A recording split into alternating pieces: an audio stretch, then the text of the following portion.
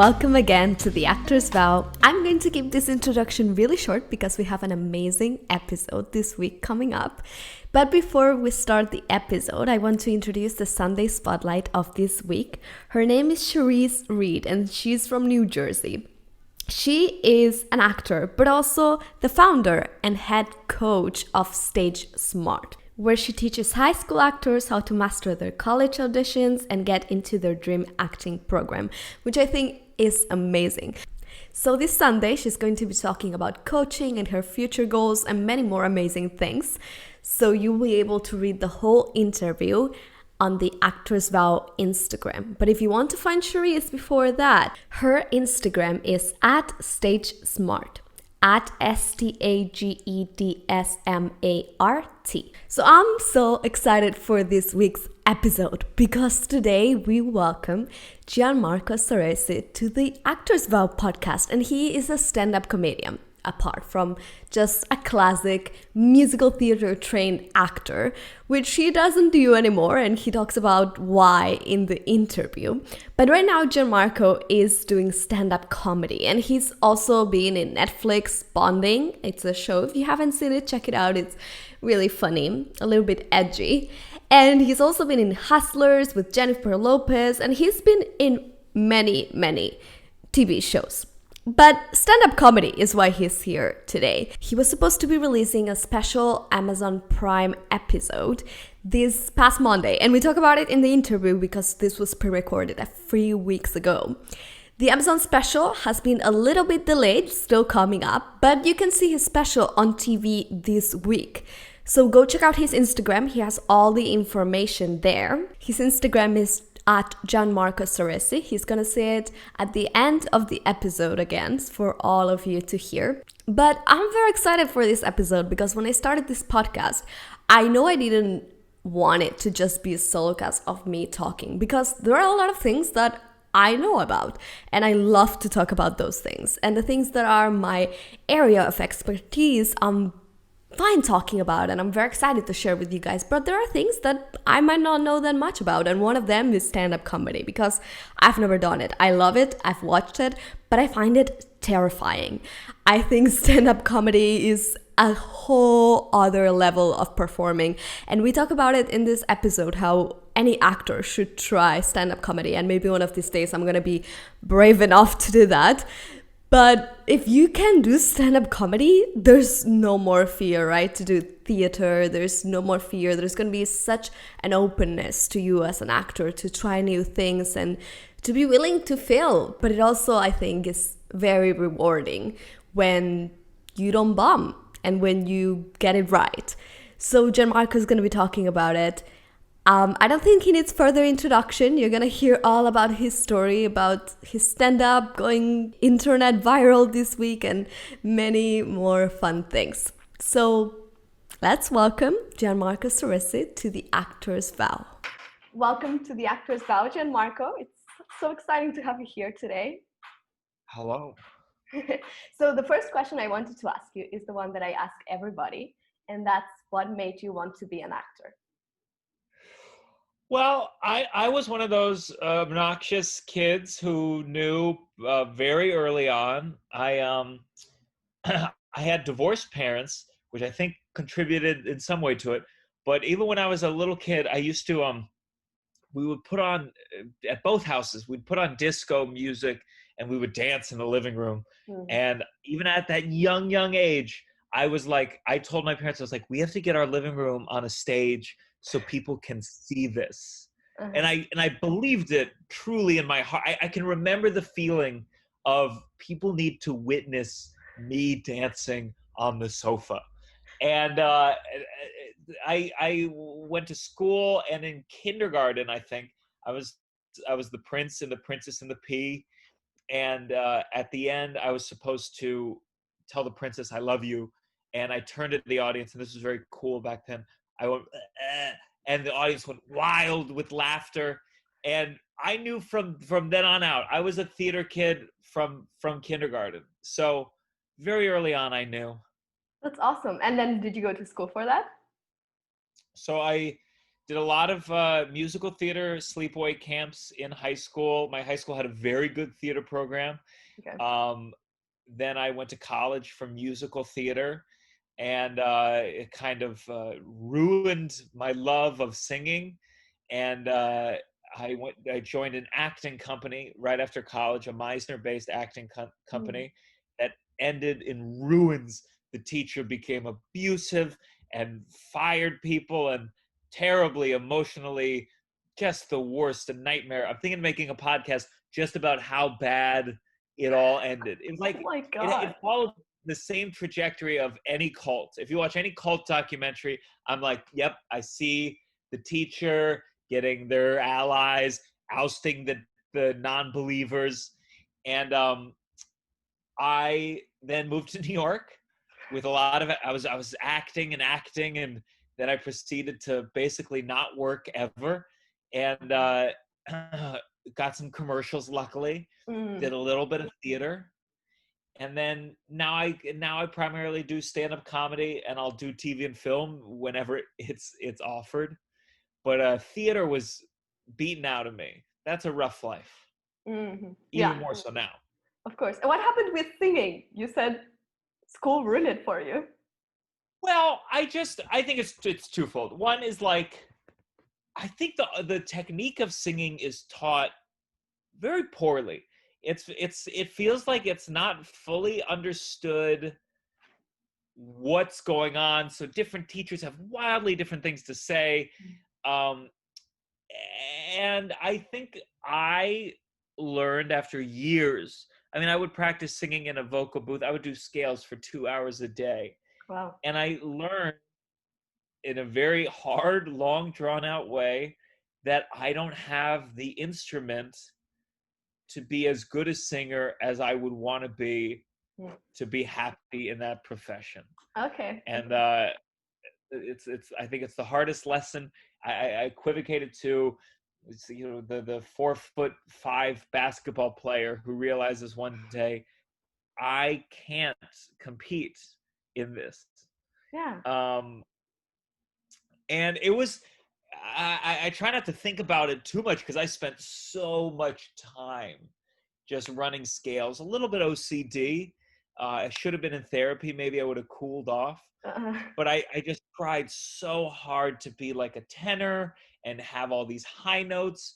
And after 4 years of that, I didn't even consciously make a decision. It's just like my passion to push and push, it just waned and was replaced with the passion for being a good actor.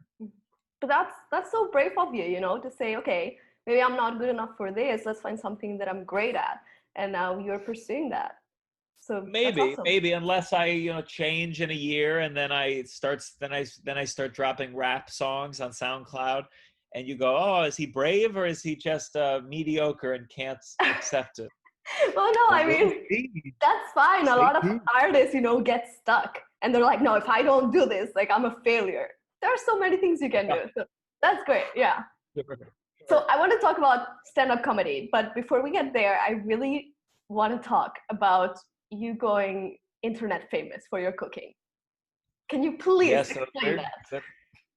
well, as a comedian, you try to do things online and you hope some of them go viral. And if there's anything you learn is you cannot predict what spreads and what doesn't. So I was cooking about a week ago, just a simple meal of peppers and chicken.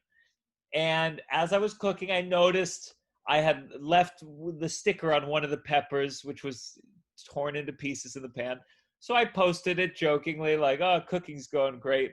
And not only did people obviously joke about the sticker, which was my intention, they also noticed that the pepper was torn with my hands as opposed It to a was. knife, and that the stovetop was pretty filthy. And it was not, those two things were not what I intended to be funny. So one of Right. these things where you post a joke and you in fact reveal something even sadder and funnier and sadder about your life.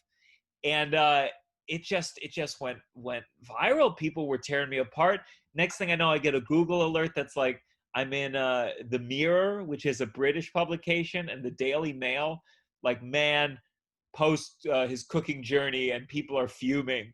And then it was translated in German and French and I think Arabic. And you someone from DC who makes knives is sending me a free knife. What? So you get all sorts of weird internet things. And I even though it was making fun of me, I felt in on the joke to a certain extent. And even the publications were like, this poor guy, you know, there's worse things you can go viral for. I was Right. happy. You just embrace it. You get as many new followers as you can out of it. In fact, I think I'm going to a friend's house tonight Uh-huh. to make a video where he reads. It was really picked up by, I don't know if you've ever heard the term, they call it Black Twitter. And it's more just like, it's just Black people on Twitter that something will go viral and they'll say, oh, this went viral on Black Twitter. And it's just like a lot of, Okay. and Black Twitter has a fantastic sense of humor, pretty brutal and vicious. And Mm. so they wrote a lot of comments that I cannot say because they use words I will not say, but I'm going to get my friend who is a very fantastic Black comedian to read them out loud the way they should be read. And we'll see if that goes viral on TikTok. You just ride whatever waves come your way. That's hilarious. I just needed to know if like you did that on purpose or that was really your cooking. I was like, what the hell? Well, that's the thing. The sticker was on purpose. The fact that everything else was shit too, apparently, that was not my intention. And the best humor is truth, and that was on display for this example. That's amazing. Okay, so stand-up comedy. How did you get into that? Like, did you always grow up and be like, okay, I'm funny, I'm doing this? Um, I definitely was always like comedic leaning. I was not the class clown, but I like to make people laugh. Uh-huh. I divorced family. There was a lot of like tension, and I think I was the tension reliever. Mm-hmm. Um, and I always liked comedy growing up. My mom got me. Do you know who George Carlin? Mm-hmm. He was like a classic comedian, Okay. um, like 60s, 70s, I would say, when his prime. I could be a little wrong, but my dad took me to a comedy club here called Dangerfields, which just sold, which Oh just now yeah. selling itself and closing Yeah. down. So I didn't know. that's the end. That's so Yeah, sad. I've been there, yeah. yeah. It was a pretty junky club. It had really let itself go after Rodney Dangerfield's death. All right. So I always liked comedy. Uh, I did a lot of comedic scenes. When I was acting for a little, I really was like, I'm gonna be Daniel Day-Lewis. Mm. Um, but also the thought of like, I know actors who do Eugene O'Neill's A Long Day's Journey into the Night, which is like, I think it's like a 4-hour play. Yeah. And the thought of like doing that play 2 times in a day, that's not who I am inside. That sounds like a utter nightmare. Um, Okay. and I think I kind of fought my comedic leanings for a while. I was like, I want to be dramatic. I want to be the leading man type. And eventually kind of what you're good at emerges. Mm. And you have to keep your ear to the ground for what arises. So it wasn't until I wrote like a play that had a lot of me doing storytelling between the scenes that I had a friend who was like, you should focus on this. And I think when you have a dear friend who like really says to you like, do this, Uh-huh. you go like, okay. And you notice, oh, when I do comedy things, that's when people come up to me after and go like, that was good. And part of being an artist is following your passions, but also like keeping your ear to the ground, and the ground is other people's Yeah. response. That's really cool. Okay, so what you just said, storytelling, that's what I'm thinking. Every time I think of stand-up, it's like they're the best storytellers. I mean, all actors were storytellers, but stand-up is like another level. So I would love to know like how you come up with your routine and like how much of it is improv. How do you put the story together? Yeah, I mean, I write a lot out. It depends. Like there are storytellers that are not stand-up comedians, and there are stand-up comedians that can't do storytelling.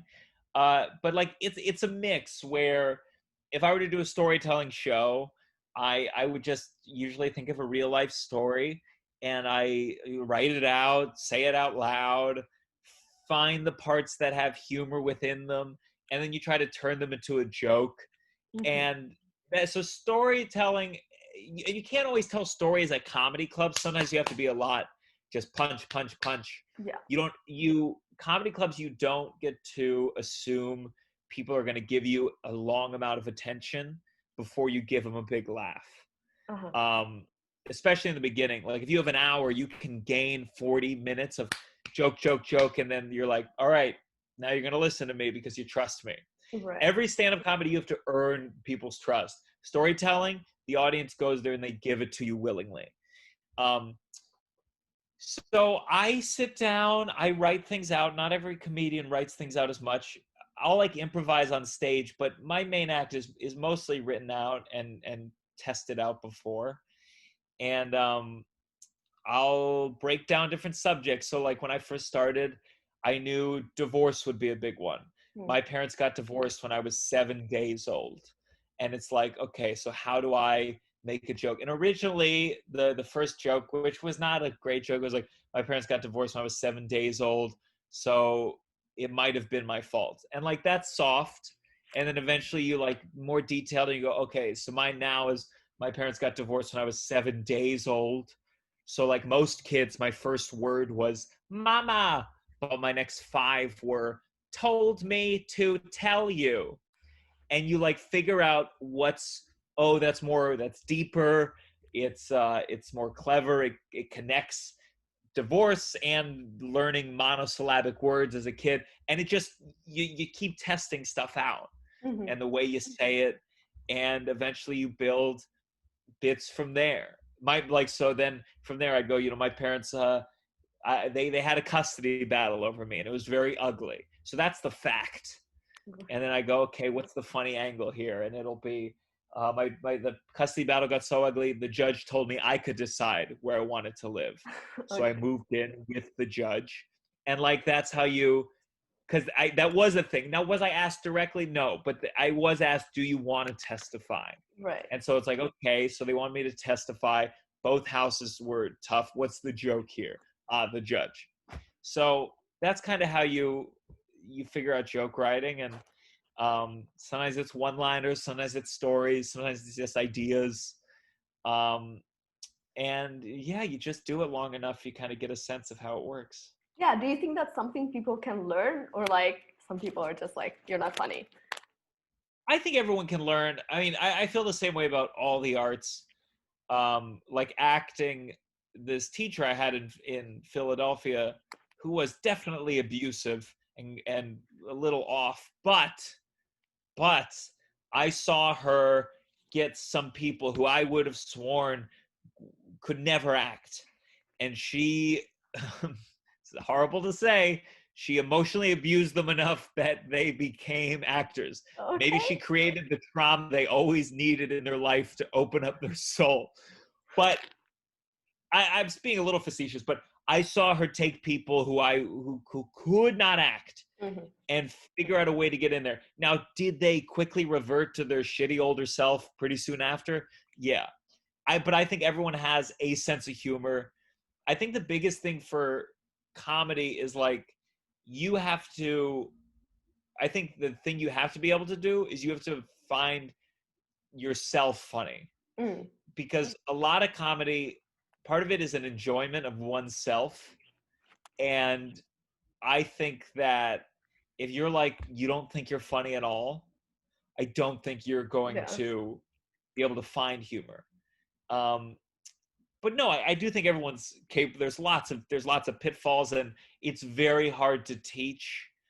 But I've taught a couple people who have asked me directly. I try not to make like a practice of it or anything, but I think everyone has something there.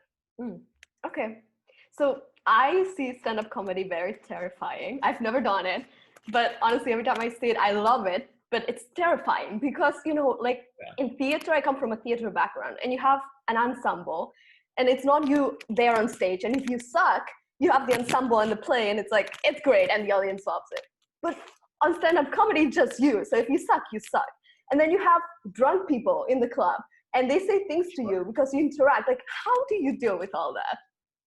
Sure. Well, first, like in regards to the drunk people, like, yeah, that's the big problem. That's not ideal. Like, that's not good. I don't think that's like a good aspect. It's just like a terrible reality that so many of these clubs, the way that they get people in, they're drunk on the street and they're like, come see a comedy show. So they're not ready. If that's not good, you learn how to handle it. But ideally, yes, everyone should be listening. Right. You get better at bombing. You just accept it, or you find it funny, um, or you. I've done enough.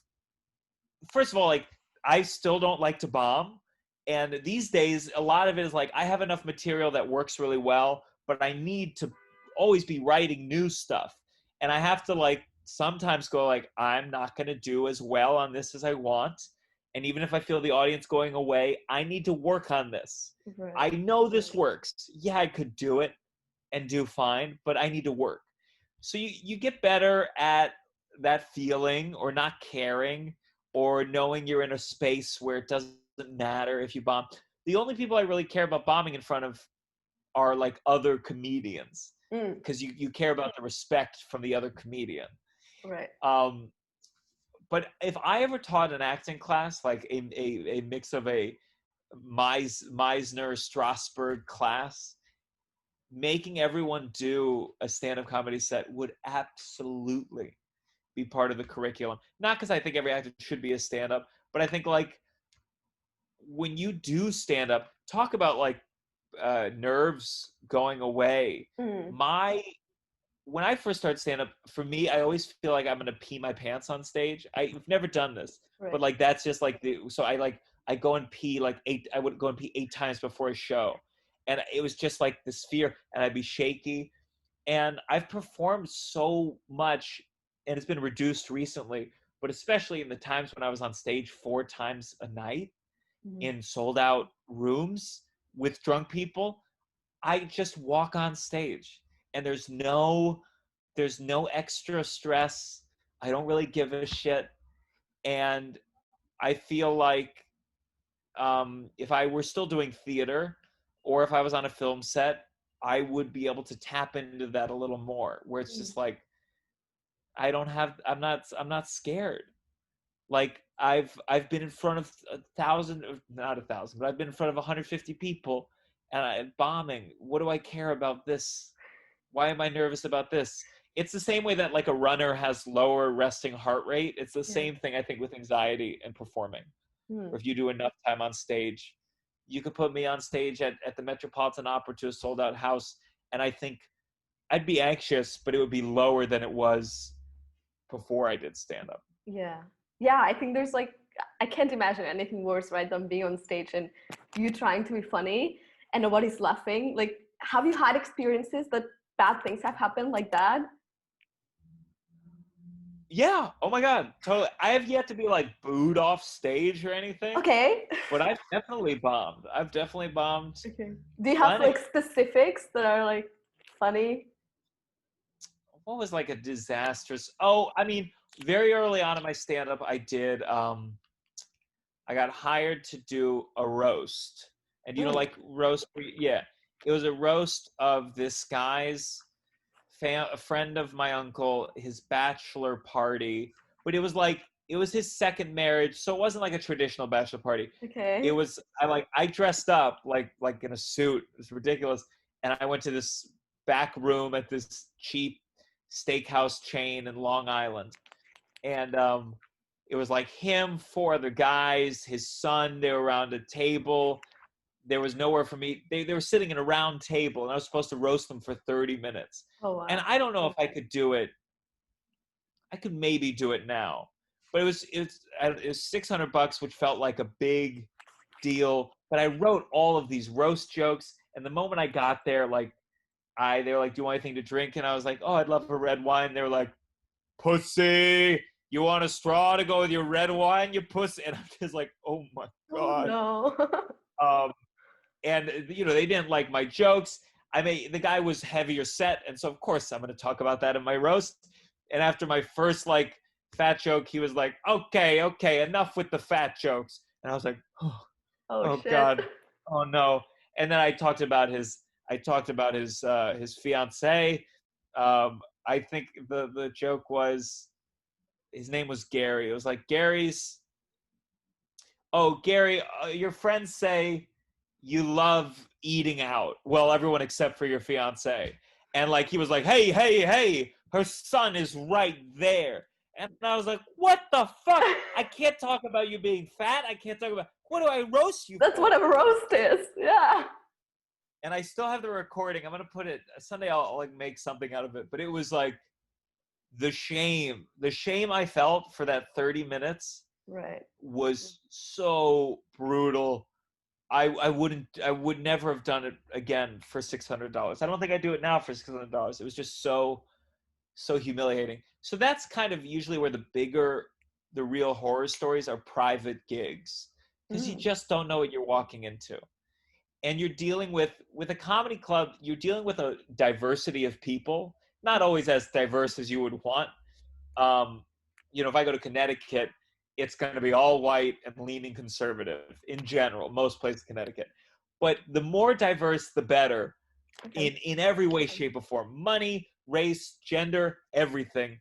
Because your jokes might not connect. I might have a joke that doesn't connect with an Orthodox Jewish woman, but connects with someone who grew up in California, or this, that, and the other. So the more diverse, the more chance you have to not deal with like so many of one group of people that is offended by your joke.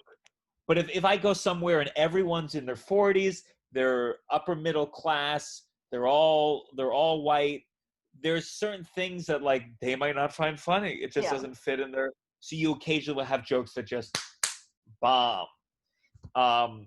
And that's the problem with private parties, because people often they marry and they have friend groups with as many things in common as possible, and those are most of the times horrible. Yeah, and humor is such a specific thing. Like we all have different sense of humor, right? So like even if they are the white and you cater to white people, it just might still not be their sense of humor.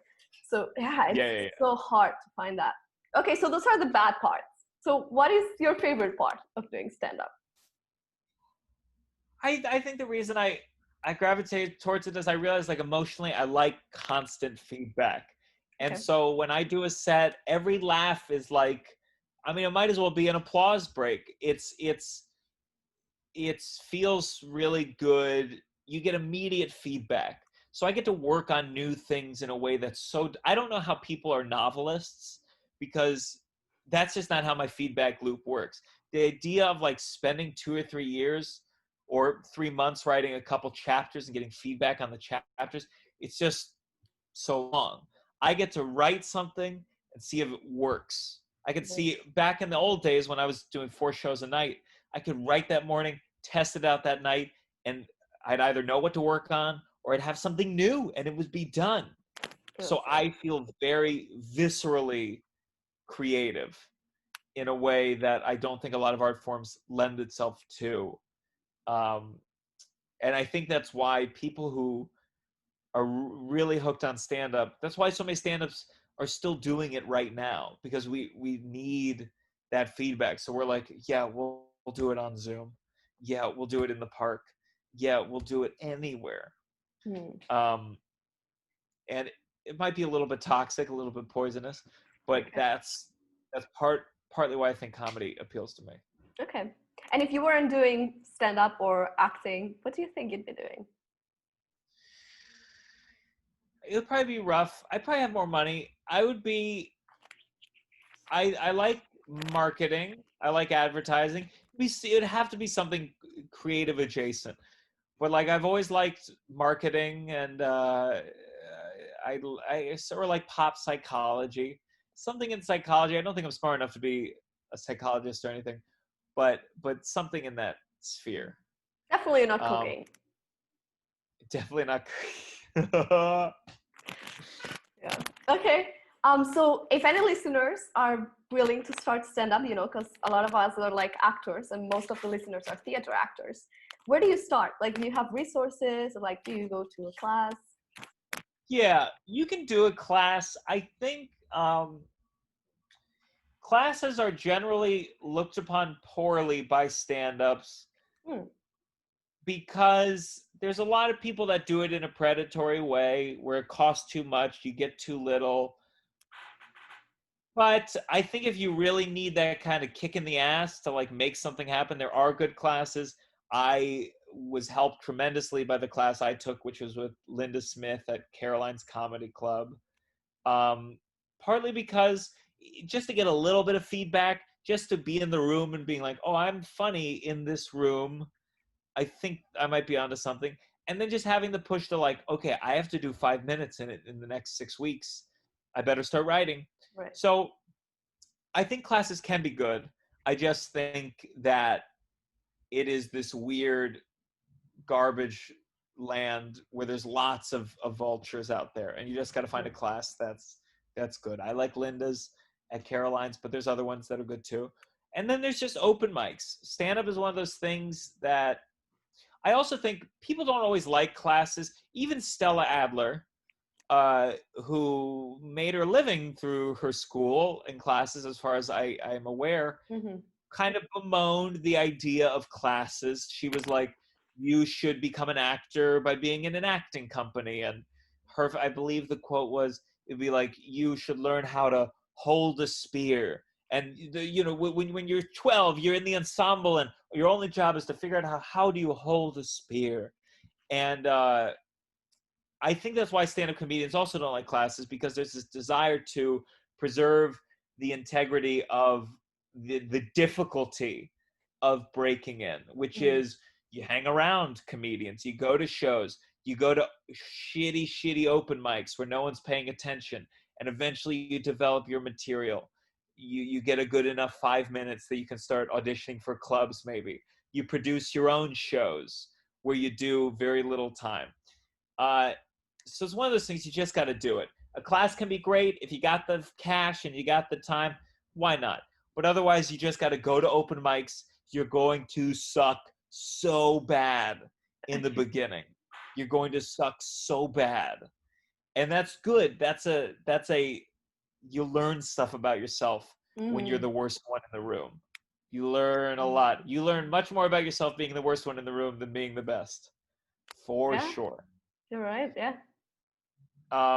And then you do all the things online at your disposal. Make the TikTok video, write tweets, and you'll eventually figure it out. For a big turning point for me in learning how to write jokes, because I always understood comedy. I was funny, but it was doing roast battles Mm-hmm. where directly it's one-on-one, because it's kind of simplified in that your only goal is to make a joke about the other person Yeah. at their expense. Your goal is to get a pop from the audience, big laugh. And you know what you're trying to do. You're trying to make them look bad or just make fun of them. And it was doing super bad those roasts that I learned what needed to be done, what a joke was, what's the difference between a chuckle and a funny detail, what's the difference between a big pop. Um, so yeah. Wow. Okay, but you just said that, and I was just thinking, you know, the timing. Because comedy is all about the timing, and a lot of us, it's like, I thought about something funny to say like 5 minutes after I was supposed to say it. Like in Sure, a battle, sure. I feel like it just has to be so quick, and that's the difficulty of it. Yeah, but the roast battles too, like I write them out like crazy. The real roast battles, you write. I was just pulling it up to see if I had any ones that aren't. But do you know who you're gonna roast, or it's just someone you just? Yes, you do. So Oh, you okay. do know who you're gonna roast, and I want to see what some of my All good right, ones then are. okay, then you can write it. It seems easier then. Yeah, you can write it. Look, if you can come up with something in the moment, you can really, Right. get a big laugh. Mm-hmm. But normally you write. I mean, some of these are so offensive. Roast battles are also like very, very offensive. Right. Where's this? My God. Oh, this is so bad. I mean, do you have a dark sense of humor? Oh, yeah, I do. Go for it. I don't. So there was a person named Julie. No, I'm gonna regret this. Um, uh, Julie's parents both died from cancer. Okay. Okay, we're there. We're seeing how bad this is. Yep. So let's see.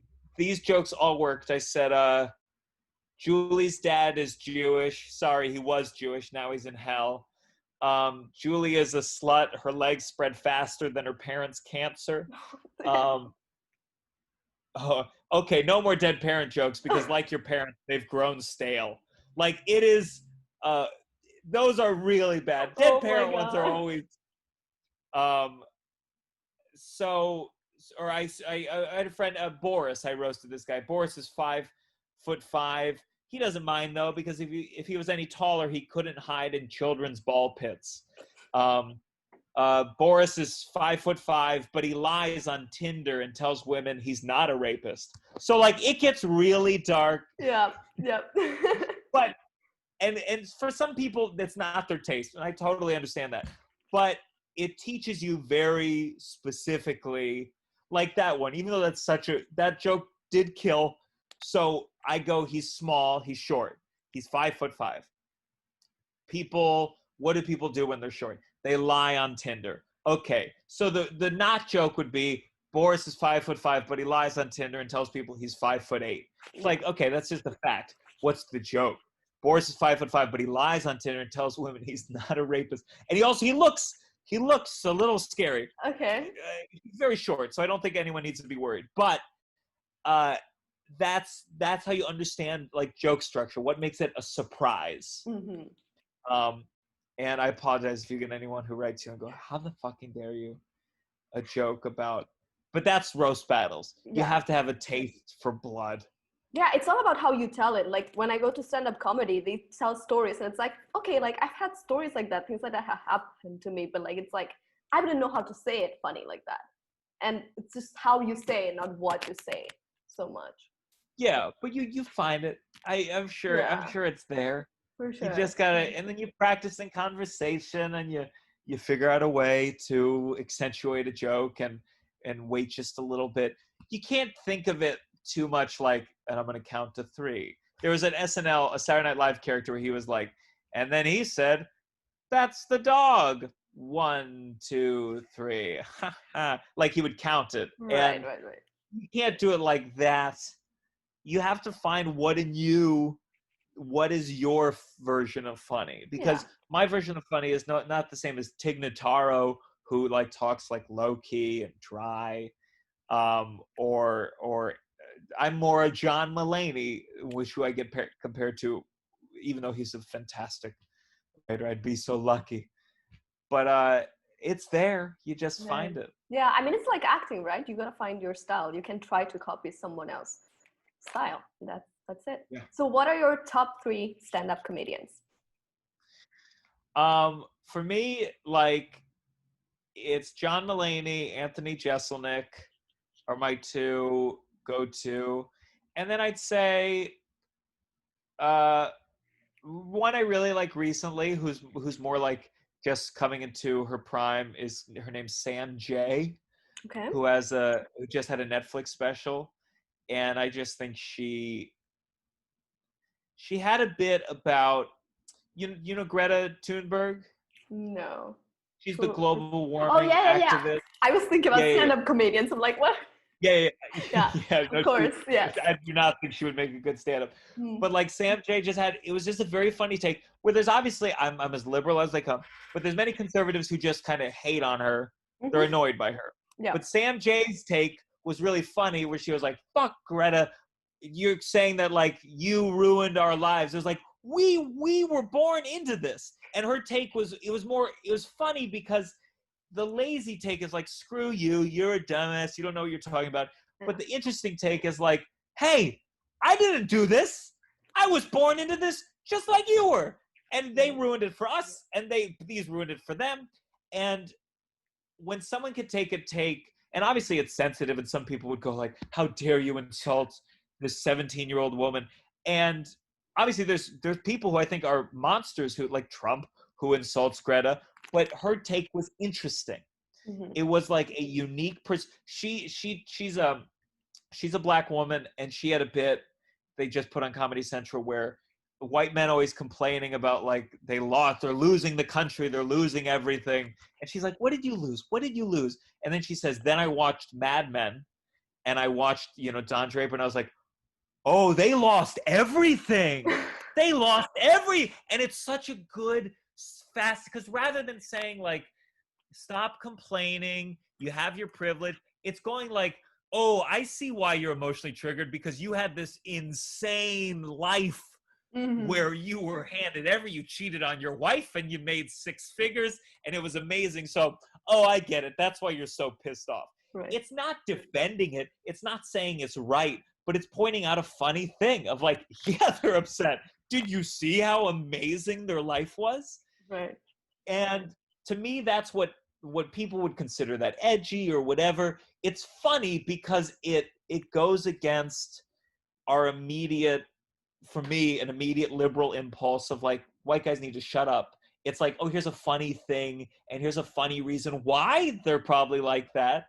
And it doesn't mean they're correct, but you can see where they're coming from. Yeah. And that's funnier, to look into the evil and laugh about it as opposed to just going, that's not what I'm in comedy for. I wouldn't want Sam J to create political policy based on that bit, but as a joke, it tickles and it's funny and it's like a surprising perspective I had never heard. And that to me is what great comedy is. Interesting. Okay, I have to look her up and watch that Look her up. Netflix special. Yeah. So where can people find your comedy, your stand-up, and your stuff? Sure. So I just recorded an outdoor comedy special.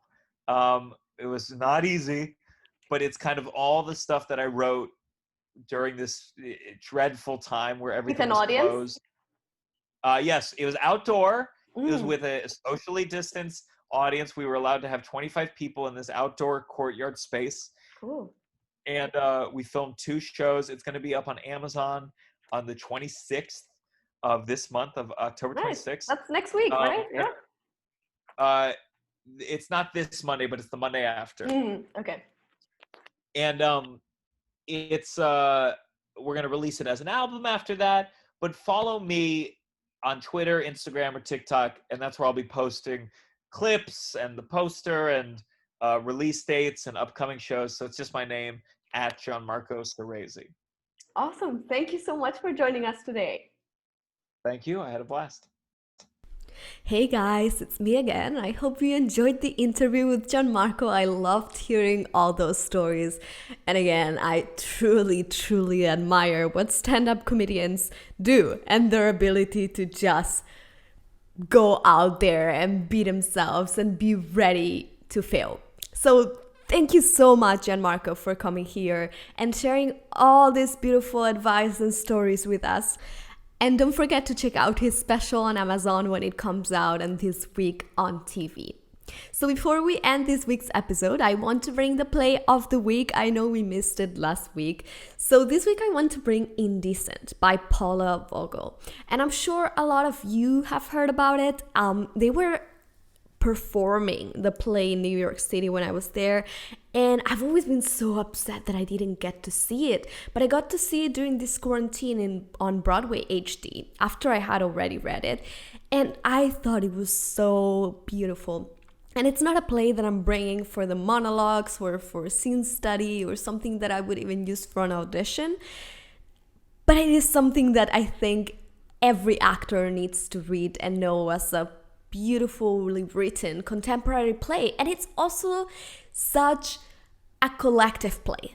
It's a play that demands so much from the actors. It's all storytelling. It's a play inside a play. It demands for the actors to work together too. It's the whole idea of community, and it's all represented in this play. So if you haven't read it or if you haven't watched it, I truly, truly recommend it. Indecent by Paula Vogel.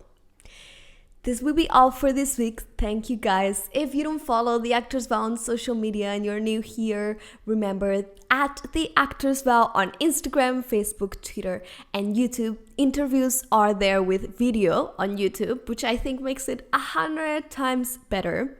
Next week, we have another amazing special guest. Have a beautiful rest of the week, and I will see you next Wednesday.